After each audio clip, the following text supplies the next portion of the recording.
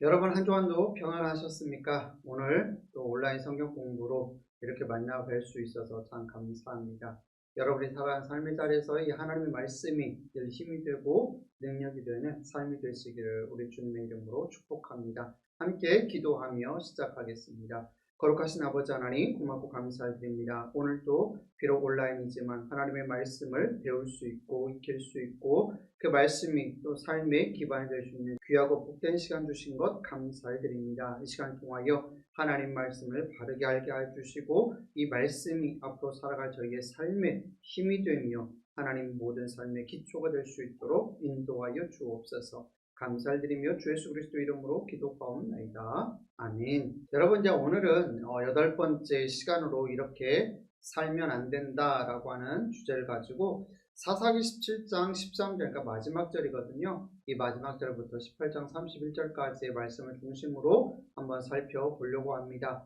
이제 미가는 자기 마음대로 만들어낸 종교의 틀을 갖추었습니다. 그것은 신전, 즉 자기 집에다 그 신전 자체를 만들지 않았습니까? 그리고 형상, 새겨 만드는 신상, 부어 만든 신상, 그리고 레인 제사장까지 이렇게 어떻게 보면 성전 같은, 그러니까 예배할 수 있는 그런 종교적 틀을 자기 나름대로 다 갖추었다고 볼 수가 있습니다. 그래서 이 내용을 가지고 한번 살펴보도록 하겠습니다. 이제 첫 번째 질문을 먼저 던져보겠습니다. 그의 종교 활동의 목표는 무엇인가요? 즉 그가 자기 집에 이렇게 신전을 꾸며놓은 그 목표가 무엇이냐, 이 질문입니다. 13절을 한번 읽어보면 이렇습니다. 이에 미가가 이르되 레인이 내 제사장이 되었으니 이제 여호와께서 내게 복 주실 줄을 아노라 하니라.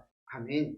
여러분 이 말씀에서 그가 왜 자기 집에 이러한 신전을 꾸며놓았는지, 그가 가지고 있는 종교 활동의 목표가 무엇인지 좀 우리가 엿볼 수 있는 대목이기도 한데요. 이 미가의 종교 활동의 목표는 하나님께 접근해서 그가 원하는 것을 하나님이 해주시게 하는 것입니다. 즉 13절에 있는 말씀에서처럼 미가는 결국 하나님의 복, 이 복이라고 하는 것에 초점이 맞춰져 있으니까 하나님이 중심이기보다는 이 복이라는 곳에 초점이 더 맞춰져 있다고 볼 수가 있겠는데, 그러나 이 참신앙의 목표, 우리가 믿음 생활하는 참신앙의 그 목표는 하나님이 내 마음에 다가오시는 것을 허락해 드려서 하나님이 원하시는 것을 내가 하는 것입니다. 진정한 복음의 믿음의 목적은 내 마음이 하나님을 섬기게 하는 것입니다.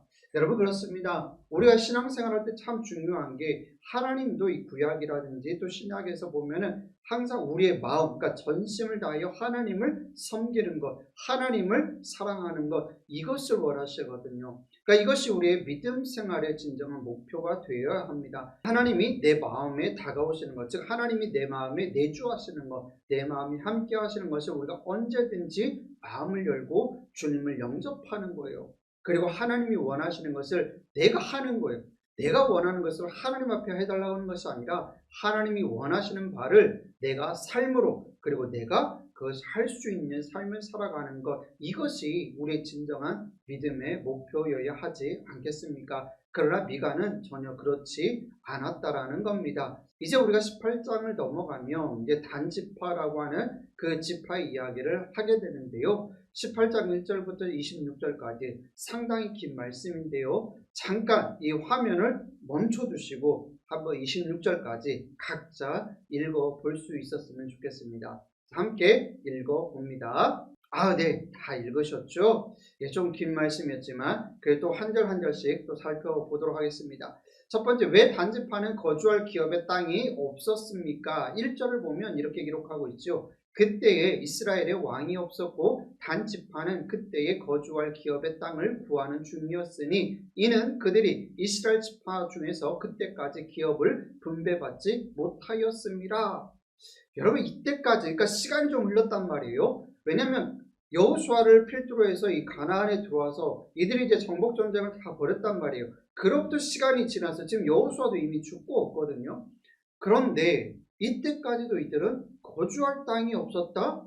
이 뭔가 이상하지 않습니까? 대체 이들에게 무슨 일이 있었길래 이때까지도 왜 땅을 분배받지 못했던 걸까요? 한번 요거를 잠깐 살펴보려고 합니다. 1장 34절을 보면 이런 말씀이 기록되어져 있습니다. 아모리 족속이 단 자손을 산지로 몰아넣고 골짜기에 내려오기를 용납하지 아니하였으며. 아하, 그러니까 지금 이들은 원래 땅 분배를 받았어요. 단지파는 땅 분배를 받았는데 이 아모리 족속에게 결국에는 밀려버린 거예요. 밀려서 산지로 몰아 넣어줬어요. 그리고 이들이 내려오는 것 자체를 이 아모리 족속이 허용하지 않는, 용납하지 않은 상황이 있었던 거죠. 그러니까 다른 모든 지파들은 용감하게 싸웠고 이 가나안 족속들을 하나님이 주신 그 유업에서 몰아내라는 그 명령을 그나마 부분적으로나마 완수했지만, 그러니까 완전하지는 못했거든요. 이스라엘 백성들도 이걸 싸울 때 남겨놓지 않았습니까? 그래서 하나님이 가시가 되게 하겠다 이렇게도 말씀하지 않으셨습니까? 그러니까 부분적으로나마 몇 지파들은 했었는데 이 단지파는 그들과 맞서 싸우지도 못하고 산지로 몰아 넣어졌기 때문에 이때까지도 그들에게는 땅이 없었다는 거예요. 여러분 놀랍지 않습니까? 지금 시간이 흐른 지가 얼마나 됐는데 아직까지도 땅이 없었다니 참으로 안타까운 일이 아닐 수 없습니다. 그 결과 단지파는 그들의 땅에 들어가지 못하고 산지에서 반유목 생활을 해야 했습니다. 그래서 이제 그들은 농작물을 심고 재배해서 먹을 수 있는 땅을 찾고 있었습니다. 단 자손은 자칭 하나님의 백성 중에 가장 약한 자들의 모습을 보여주고 있습니다. 여러분 참 안타깝지 않습니까? 땅을 분배받은 지가 언제인데 여태까지 이런 사정이 있었다니. 그래서 여러분 이 18장이 이해가 되지 않습니까? 이들이 이제 땅을 찾으러 돌아다닌 연유가 왜 그랬는지 알 수가 있게 되는 겁니다. 그들이 어디서 살지 하나님은 이미 땅 분배를 통해서 말씀을 하셨습니다. 그런데 그들은 미가의 신전에서 멈춰 섰습니다. 그들은 하나님이 말씀하신 것을 듣지 않고 우상숭배 신전에서 일하는 다른 종교, 거의 혼합 종교와 마찬가지죠. 이 다른 종교의 레인에게 인도를 구하며 하나님이 축복하시는지 판단해 달라고 하고서 땅을 정복하러 떠납니다. 단 지파가 하나님께 접근하는 방법은 미가와 매우 비슷합니다. 여러분 그렇죠? 단 지파 즉 하나님이 택하신 지파임에도 불구하고 이들은 하나님 앞에 이 땅 분배, 솔직히 이들이 이미 분배를 받았는데 거기서 벗어나서 또 다른 땅을 알아보러 다니는 거죠. 그러면서 미가의 신전에 멈췄으며 적어도 바른 신앙이 있다면 이 미가 신전에 딱 봤을 때 뭔가 이상한데 이거 하나님 신전이 아닌데, 왜냐면 당시 하나님의 성막은 실로에 있었거든요. 그런데 이 미가의 집 앞에 왔을 때 아니 여기에 하나님을 섬기는 신전이, 그런데 뭔가 이상한 거예요. 온전한 성막 같지 않은 그런 모습. 그럼에도 불구하고 이들은 그 레인에게 가는 게 맞는 건지 그리고 하나님의 복을 받는 건지 판단해 달라라고 이야기하는 것을 볼 때 이들도 미가와 마찬가지로 거의 혼합 종교 수준의 그런 신앙을 가지고 있었다고 해도 과언이 아닙니다. 이제 두 번째 테마로 빈손이 되다라고 하는 이 주제를 가지고 사사 18장 14절에서 21절 말씀을 함께 같이 읽어보며 시작하겠습니다. 전에 라이스 땅을 정탐하러 갔던 5사람이 그 형제들에게 말하여 이르되 이 집에 에봇과 드라빔과 새긴 신상과 부어 만든 신상이 있는 줄을 너희가 아느냐? 그런즉 이제 너희는 마땅히 행할 것을 생각하라 하고 5사람이 그쪽으로 향하여 그 청년 레이 사람의 집 곧 미가의 집에 이르러 그에게 문안하고 단 자손 600명은 무기를 지니고 문 입구에 서니라. 그 땅을 정탐하러 갔던 5사람이 그리로 들어가서 새긴 신상과 에봇과 드라빔과 부어 만든 신상을 가져갈 때에 그 제사장은 무기를 지닌 600명과 함께 문 입구에 섰더니 그 5사람이 미가의 집에 들어가서 그 새긴 신상과 에봇과 드라빔과 부어 만든 신상을 가지고 나오매 그 제사장이 그들에게 묻되 너희가 무엇을 하느냐 하니 그들이 그에게 이르되 잠잠하라. 내 손을 입에 대라. 우리와 함께 가서 우리의 아버지와 제사장이 되라. 내가 한 사람의 집에 제사장이 되는 것과 이스라엘의 한 지파 한 족속의 제사장이 되는 것 중에서 어느 것이 낫겠느냐 하는지라. 그 제사장이 마음에 기뻐하여 에봇과 드라빔과 새긴 우상을 받아가지고 그 백성 가운데로 들어가니라. 그들이 돌이켜서 어린 아이들과 가축과 값진 물건들을 앞세우고 길을 떠나더니. 아멘. 여러분, 그러니까 이제 이 단지파는 자신은 이제 농작물을 좀 재배할 수 있는 땅을 찾아서 다니기 위해서 5명의 정탐꾼을 보냈던 거예요. 그러다 이 5명의 정탐꾼이 미가의 집에 일전에 한번 왔었던 거죠. 그걸 기억하고 있었고, 그리고 이 라이스라고 하는 땅을 보고 이제 돌아와서 600명의 군사를 데리고 그 땅을 정복하러 가는 과정 속에 미가의 집에 들러서 그걸 생각해서 그 신전에 있는 모든 것들을 다 챙겨서 나오는 그런 지금 상황의 말씀이에요. 단지파가 미가의 집에서 무엇을 가져갔나요? 그러니까 그들은 이 라이스라고 하는 땅을 정복하러 가는 도중에 미가의 집을 지나갑니다. 그들은 그 종교적 신전을 그들의 새 땅으로 가져가면 금상첨화라고 생각했습니다. 마치 미가의 집에 있는 신전을 통째로 들고 가면 자기 삶에 복이 막 쏟아질 것 같은 그런 생각을 아마 했던 것 같습니다.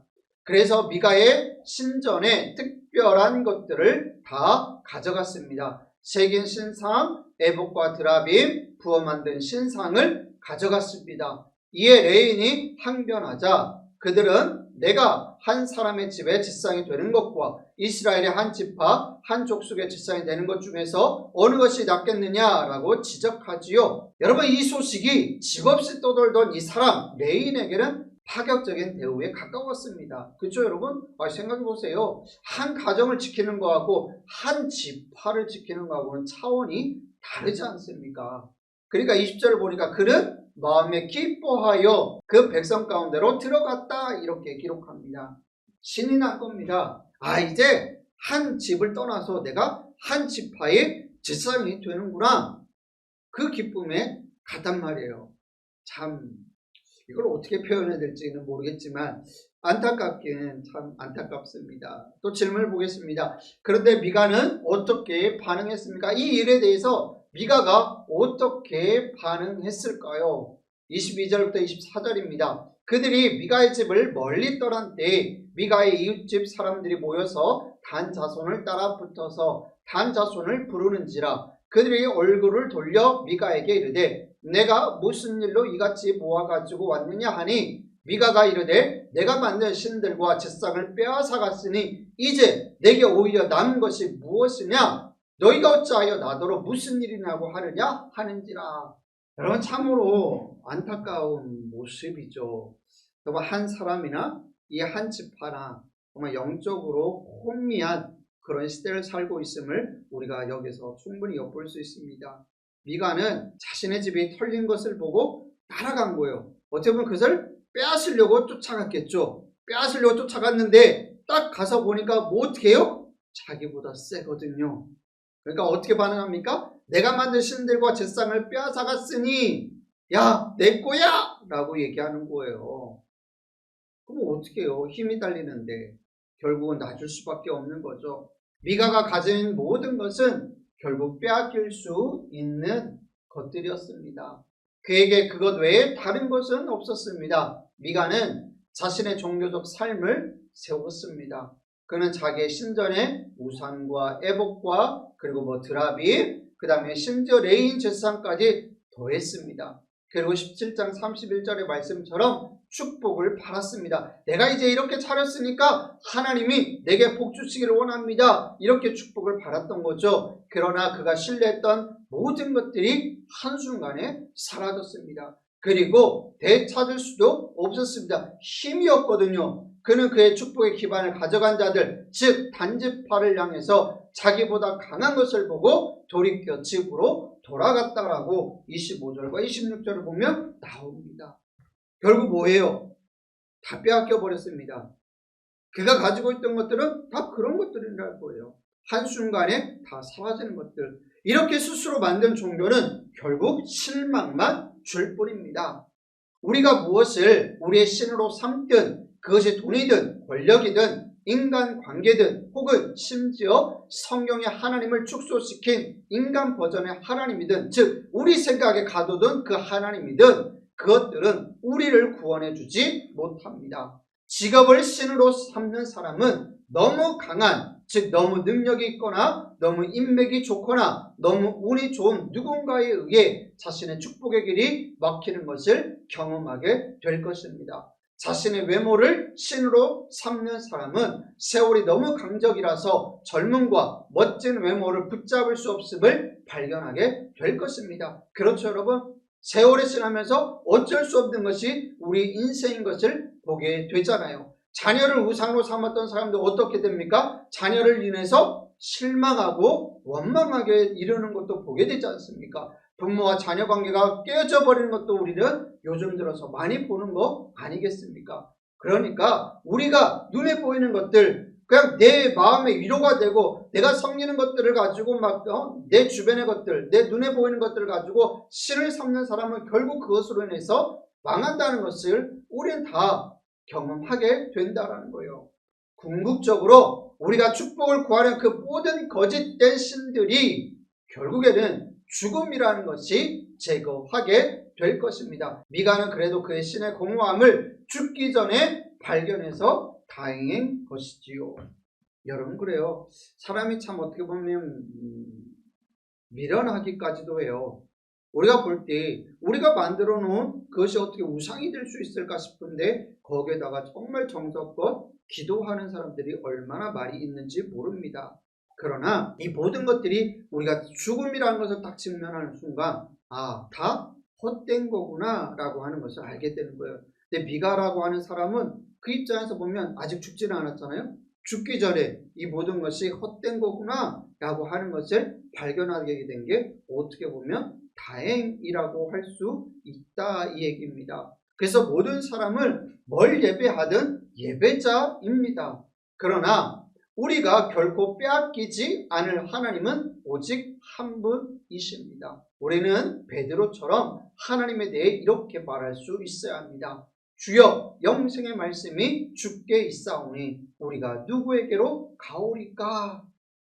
여러분, 우리 인간은 하나님을 믿든 믿지 않든 모든 인간은 종교적 씨앗이 있다라고 얘기하지 않습니까? 그러니까 무엇인가 자꾸 의지하려고 하는 게 우리 안에 내재되어 있다는 거예요. 그것이 이제 다른 우상일 수도 있어요. 근데 그것이 사람일 수도 있고요, 돈일 수도 있고요. 아무튼 무언가를 의지하며 살아갈 수밖에 없는 존재가 우리 연약한 인생이라는 거예요. 그래서 모든 사람은 뭘 예배하든 예배자라는 거예요. 그런데 중요한 게 있어요. 우리 그리스도인과 비그리스도인의 차이. 우리는 보이지 않는 하나님, 그 하나님 한 분, 결코 빼앗기지 않을 하나님 한 분이 우리의 신앙의 대상이요, 믿음의 대상이라는 거예요. 그래서 여러분 어떻습니까? 여러분은 이렇게 요한복음 6장 68절에 있는 말씀처럼 당시 예수님이 수많은 이적과 기적을 베품에도 불구하고 그 예수님을 따랐던 제자들이 많이 있었습니다. 그러나 결국에는 그 예수님을 떠났던 제자들이 얼마나 많이 있는지 모릅니다. 등을 많이 돌렸다 이 얘기예요. 우리 지금 생각으로 막 이해가 안 되죠. 내 눈앞에 예수님의 기적과 이적이 있으면 내가 어떻게 예수님을 떠날 수 있지? 아니요. 우리 인생은 그게 전부가 아니기 때문에 딱 내 마음이 뒤틀리는 순간, 내가 기대했던 게 나오지 않는 순간 우리 떠나버려요. 예수님 십자가에 달려 돌아왔을 때 어떻게 수많은 사람이 떠나갔잖아요. 12명의 제자들 또 떠나갔잖아요. 그게 우리 인생이라는 거예요. 그런데 이 6장 68절에 있는 말씀처럼 주여 영생의 말씀이 주께 있사오니 우리가 누구에게로 가오리까? 여러분의 이 고백이 지금 있으십니까? 예수님을 발견하는 것은 축복을 발견하는 것과 같습니다. 왜냐하면 예수님 자체가 복이기 때문에 그래요. 그러니까 예수님이 나와 함께하는 것, 내가 예수님 안에 거하는 것, 이 모든 것이 복임에도 불구하고 이걸 보지 못하면 우리는 저주받은 인생이에요. 그런데 이것을 발견한 것은 축복을 발견하는 것과 같습니다. 그러나 우리가 예수님의 축복을 참으로 누리려면 예수님께 우리를 이렇게 고백해야 됩니다. 예수님이 없으면 제가 가진 것이 아무것도 아닙니다. 그것이 무엇입니까? 예수님 나의 모든 것입니다 라고 우리는 고백할 수 있어야 됩니다. 예수님이 우리가 가진 전부임을 알면 예수님이 영원히 우리에게 필요한 전부임을 우리는 발견하게 되는 거예요. 결국 예수님이 영원히 우리에게 필요한 전부임을 발견하게 됩니다. 바라기는 우리 여러분도 지금 보이지 않지만 이 온라인으로 이 성경을 공부하고 있는 여러분 모두에게 이런 아름다운 고백이 평생 동안 변하지 않기를 우리 주님의 이름으로 축복합니다. 이제 적용을 한번 보도록 하겠습니다. 오늘 말씀 통해서 세 가지를 좀 적용해 보면 좋겠습니다. 자, 예수님이 우리에게 필요한 전부임을 아는 것이 왜 우리를 놀랍도록 자유케 하는 걸까요? 여러분 무슨 말인지 아시겠어요? 예수님이 우리에게 필요한 전부, 즉 내가 필요로 하는 것, 내가 있어야 될 것, 그리고 내가 살아가면서 믿음 생활하면서 필요한 모든 것들이 주님 안에 다 있다는 것을 아는 순간 우리가 왜 자유하게 되냐면 우리는 더 이상 내 눈에 보이는 것들에 얽매이지 않기 때문에 자유한 거예요. 자녀가 내 우상이 되는 순간 자녀의 얽매이기 때문에 우리는 자유할 수 없어요. 만약에 돈이 내 우상이면, 내 신이면 우리는 돈에 얽매여서 자유할 수 없어요. 그것이 내 직업이든 내 외모든 우리가 다 얽매일 수밖에 없다는 얘기예요. 그런데 예수님께는 얽매이는 게 아니에요. 예수님 안에 내가 거하면 참 자유를 느낀다는 거예요. 참 자유를 경험하게 된다는 거예요. 나는 예수님을 어떻게 누리고 있습니까? 여러분 각자 답해 보십시오. 내가 지금 예수님을 어떻게 누리고 있는가? 정말 이 미가처럼 하나의 복의 수단으로 그렇게 생각하고 있지는 않는지, 그렇다면 우리는 철저하게 회개를 해야 됩니다. 그리고 나는 무엇을 예수님을 대신하여 예배하는 경향이 있네요. 즉 예수님의 자리에 자꾸 내가 무언가를 넣으려고 하는 게 있다면 하나님, 내가 그것이 무엇인지 한번 곰곰이 생각해 보셔야 됩니다. 내 직장인 것인지 내 자녀인 것인지 그런 것들 한번 고민해 보시기 바랍니다. 이제 하나만 더 공부하고 맞춰 보려고 합니다. 무엇이냐면, 그러면 이 땅조차도 없었고 이 라이스라고 하는 곳을 이제 발견한 이 단지파들, 결국 이들은 어떻게 되었을까? 한번 이 부분도 마지막으로 좀 짚고 넘어가 보려고 합니다. 이제 단지파의 결말이라고 하는 주제로 마지막으로 한번 살펴보겠습니다. 사사기 18장 27에서 31절의 말씀입니다. 단 자손이 미가가 만든 것과 그 제사장을 취하여 라이스에 이르러 한가하고 걱정 없이 사는 백성을 만나 칼날로 그들을 치며 그 성읍을 불사르되 그들을 구원할 자가 없었으니 그 성읍이 베드르호 가까운 골짜기에 있어서 시돈과 거리가 멀고 상종하는 사람도 없음이었더라. 단 자손이 성읍을 세우고 거기 거주하면서 이스라엘에게서 태어난 그들의 조상 단의 이름을 따라 그 성읍을 단이라 하리라. 그 성읍의 본 이름은 라이스였더라. 단 자손이 자기들을 위하여 그 세계 신상을 세웠고 모세의 손자요 게르솜의 아들인 요나단과 그의 자손은 단 지파의 지상이 되어 그 땅 백성이 사로잡히는 날까지 이르렀더라. 하나님의 집이 실로에 있을 동안에 미가가 만든 바 세계 신상이 단 자손에게 있었더라. 아멘. 안타깝지만 이들이 칼로 차지한 성읍 라이스는 하나님께서 이들에게 허락하셨던 땅, 그러니까 기업은 아니었습니다. 유업이 아니었어요. 그러니까 어떻게 보면 라이스에서 평화롭게 살던 그 사람들은 하루아침에 그냥 죽음을 당한 거예요. 이렇게 그들의 이야기는 참 우울하게 끝납니다.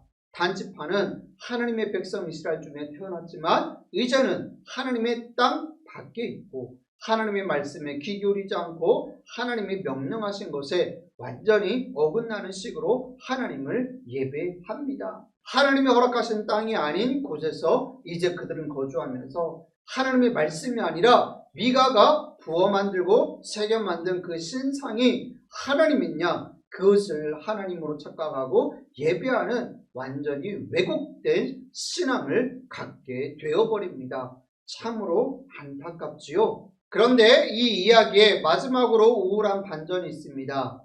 이 레인의 이름은 나오지는 않지만 30절은 이렇게 말씀합니다. 모세의 손자요 게르솜의 아들인 요나단과 그의 자손은 단 지파의 제사장이 되었다. 이 자신의 이익을 위해서라면 뭐든 타협하던 이 레인이 모세의 후손이라는 너무도 충격적인 사실이 이 30절에서 나오고 있어요. 여러분 충격적이지 않습니까? 그래서 믿음은, 그래서 구원은 1대1인 거예요. 즉 하나님과 개인이란 말이에요. 하나님과 나 1대1. 어느 누구도 가문에 의해서 자동적으로 하나님과 관계가 만들어지는 건 아니라는 거예요. 모세의 자손이기 때문에 구원받는 거 자동적으로 구원받는 거 아니라는 얘기예요. 내가 뭐 목사님의 뭐 4대 손이요 장로님의 뭐 5대 손이 6대 필요 없어요. 그런 게 필요 없고 우리 구원 이 믿음은 하나님과 나 개인 1대1로 형성되어지는 거라는 겁니다. 참 중요합니다. 학자이자 저술가인 돈 카스는 이렇게 말합니다. 한 세대는 복음을 알고 다음 세대는 복음을 당연시하고 3세대는 복음을 잃어버린다. 성경에서 가장 잘 나타난 예가 모세의 가문이다. 여러분 충격적이지 않으십니까? 사사기를 여러분 몇 번 읽어봤을 텐데 이 대목을 이렇게 깊이 있게 본 적이 있으세요? 우리 한국 땅에도 지금 기독교 신앙 이 복음이 들어온 지가 지금 세대가 어떻게 보면 1.5세대, 2세대 이렇게 될까요? 아무튼 우리가 이렇게 세대를 거듭하면 할수록 어떻게 돼요? 돈 카슨의 이 말이 와닿지 않으세요? 첫 세대는 복음을 알고 즉 그 복음을 알고 해서 막 생명까지 내어걸었던 우리 믿음의 선조들 우리 한국 기독교회 초창기 우리 성도들의 삶을 잘 아시잖아요. 그리고 그 다음 세대는 복음을 당연시하고 이제 지금 우리가 살아가는 이 시대는 어떻게 해요? 복음을 슬슬 잃어버리는 시대가 아닌가. 저는 이 성경 이 공부를 준비하면서 참 이 말에 많은 생각이 들더라고요. 여러분은 어떻습니까? 우리 자녀 손들이 이제 세대에서 세대를 거듭할수록 이 복음이 당연시되고 복음을 잃어버리는 이 전철을 이 모세의 가문과 같은 전철을 밟지 않는다라고 하는 그런 부장이 있으십니까? 그러니까 여러분 우리가 정신을 바짝 차려야 됩니다. 구원은 하나님이 우리에게 베푸시는 그 구원은 하나님과 개인 나와의 1대1의 관계라는 것을 기억하시기 바랍니다. 이제 먼 훗날 이스라엘이 남과 북으로 나뉘게 되었을 때 이 단, 즉 라이스잖아요. 이 라이스를 자신의 조상들의 이름을 따서 단이라고 이름 짓잖아요. 이 단은 우상숭배의 장소가 되어버리는 것을 우리는 열왕기 상에 가서 살펴볼 수가 있어요. 바로 여로보암이 단과 베델에 금송아지를 세워서 예루살렘으로 내려가지 못하도록 하는 곳, 바로 단은 북쪽이에요. 그리고 베델은 남쪽이에요. 그러니까 베델은 조금만 내려가면 예루살렘인데 그 예루살렘으로 여로보암이 가지 못하도록 이스라엘 백성들이 가지 못하도록 거기에 금송아지를 세워요. 단은 이 북이스라엘의 북쪽 그 경계선이 바로 단이에요. 그러니까 그 이상을 넘어가지 못하도록 하려고 금송아지를 거기다가 그렇게 세워버립니다. 그러니까 참 이 왜곡된 신앙이 자리 잡게 되고 이것이 결국 먼 훗날에는 여로보암을 통해서 금송아지 즉 완전히 우상을 섬기는 그런 장소가 되어버리는 곳으로 전락해버린다는 거예요. 하나님의 택함받은 지파였지만 이 단지파는 그 결말은 참으로 안타깝기만 합니다. 이렇게 살면 안 된다는 것을 보여주는 아주 중요한 이야기가 바로 오늘의 성경 공부입니다. 오늘 우리의 모습도 돌아보아야 하겠습니다. 그래서 여러분 오늘 말씀을 통해서 내가 정말 하나님 앞에 바른 신앙을 가지고 있는지 한번 좀 점검하시면서 내가 이렇게 살면 안 되지라고 하는 부분이 있다면 그 부분들은 철저히 하나님 앞에 회개하면서 내 자신을 다시 한번 성찰하고 우리가 참 바른 신앙을 가지고 살아갈 수 있는 그런 시간들 하루하루가 될 수 있었으면 참 좋겠습니다. 이렇게 해서 우리 8번째 시간을 마치고요. 이제 이 8강을 지나면 한 두세 번 정도 남았는데요. 그때까지 마지막까지 열심히 온라인이지만 잘 참여하셔서 우리의 신앙이 말씀 안에서 더 깊어지고 성숙될 수 있었으면 참 좋겠습니다. 기도하며 마치도록 하겠습니다. 좋으신 아버지 하나님, 오늘도 짧은 시간이지만 온라인으로나마 하나님의 말씀을 배울 수 있고 돌아볼 수 있는 시간을 주셔서 고맙습니다. 하나님, 오늘 우리의 삶 속에서 우리의 모습 속에서 우리의 신앙 가운데서 이렇게 살면 안 되지라고 하는 그런 모습이 있다면 하나님 이 모든 것들을 철저히 하게 우리가 성찰하고 돌아보며 우리의 고칠 것은 고치며 정말 하나님이 원하시는 모습을 갖춰갈 수 있도록 주여 도우시고 인도하여 주시옵소서. 주께서 붙드시고 인도하여 주시옵소서. 한 주간 또 주의 말씀을 묵상하며 살아가는 우리 모든 주의 백성들, 성도들의 삶에 하나님 말씀이 역사하시고 그 말씀이 내게 어떻게 무엇을 원하시고 가르치시는지를 하나님 깨닫게 하시고 그 깨달은 말을 실천하며 살아갈 수 있도록 인도하여 주시옵소서. 감사를 드리며 주 예수 그리스도 이름으로 기도하옵나이다. 아멘.